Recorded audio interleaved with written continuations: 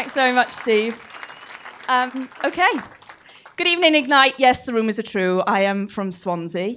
I am incredibly nervous. I've wanted to speak at Ignite for a little while. I don't know why, because it's completely out of my cosy zone. But here I am. A challenge is good. And the first sort of hurdle in the challenge is really choosing a topic. So I've sort of looked at previous Igniters' talks and noticed that people talk about things that they love, things that they're knowledgeable about, and perhaps people that have influenced their lives. So luckily for you, I won't be talking about any of these things. So what's left is for me to talk about two sort of life-changing experiences that continue to motivate me daily, and the similarities between the two, and that is pounding the pound, pounding the pavement, running a business and running the marathon. So as my experience and interest in each of them has grown, I've recognised that I've sort of acquired skills in one that I've applied to the other. And I appreciate now how aligned the two activities are. And it all starts with how the ideas came into fruition. Both decisions were made in a similar personal state. You know how it is. One too many mojitos and we think we can run a marathon like Mo Farah or make money like Michelle Mone. Never make an entrepreneurial or sporting commitment when under the influence. Chances are you'll wake up bleary-eyed, having spent £145 on a pair of sporting daps, or registered a couple of domain names on Reg123 for fear of the idea being stolen overnight. Don't invest when merry. You'll buy the wrong size or misspell your domain name. Either way, you've made a... Ooh, it's kind of like my marathon pace. Either way, you've made a commitment, and the taunting chuckles regarding last night's grand plans ring heavy in your ears, but you're determined to see the challenge through. And once the seed has been planted and the opportunity for success has been realised, we start to actually put the plans in place. And we all know how important it is to plan when embarking on an unfamiliar journey. And the business plan and training plan actually run parallels. Mission statements, objectives, people, resources. We use the same skills when being enterprising as being energising. Plans encourage us to set smart objectives, manage expectations, and keep on track.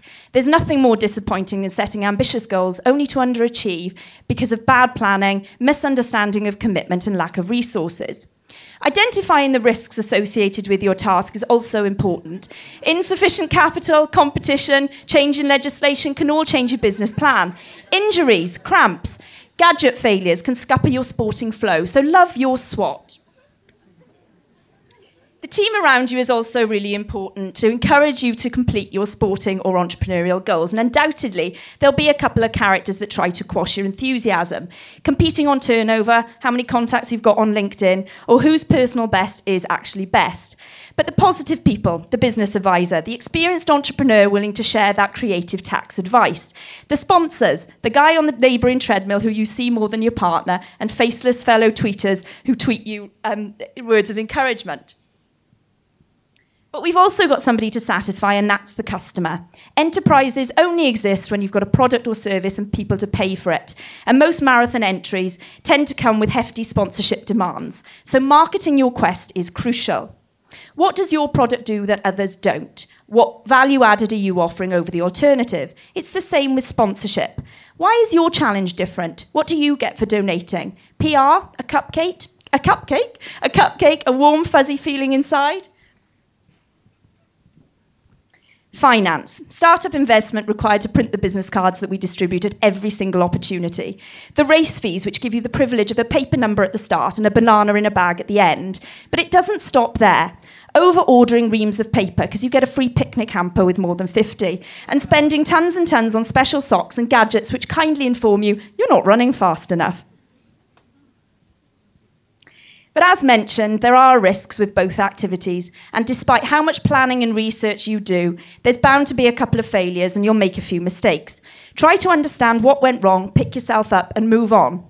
You get stronger with every challenge, which often results in repeating the bloody concept again and again and recruiting others to do the same. Very rarely does somebody leave my company without being willed to set up their own business or entered into a team triathlon. I actually think people avoid me when entries open for the Cardiff half. Running a business, in my younger opinion, was for those with an awful lot of intelligence and an awful lot of money to invest, neither of which I possessed. Running a marathon, certainly not for this lazy little lady who happily watched it every year on TV and thought they were all bonkers. But now that I've experienced the trials and triumphs of the treadmill, both in the gym and in the office, I'm reluctant to get off. When you achieve what were originally ridiculous goals, you actually want more. Won a contract, the next one needs to be bigger. Run the London Marathon, which city next?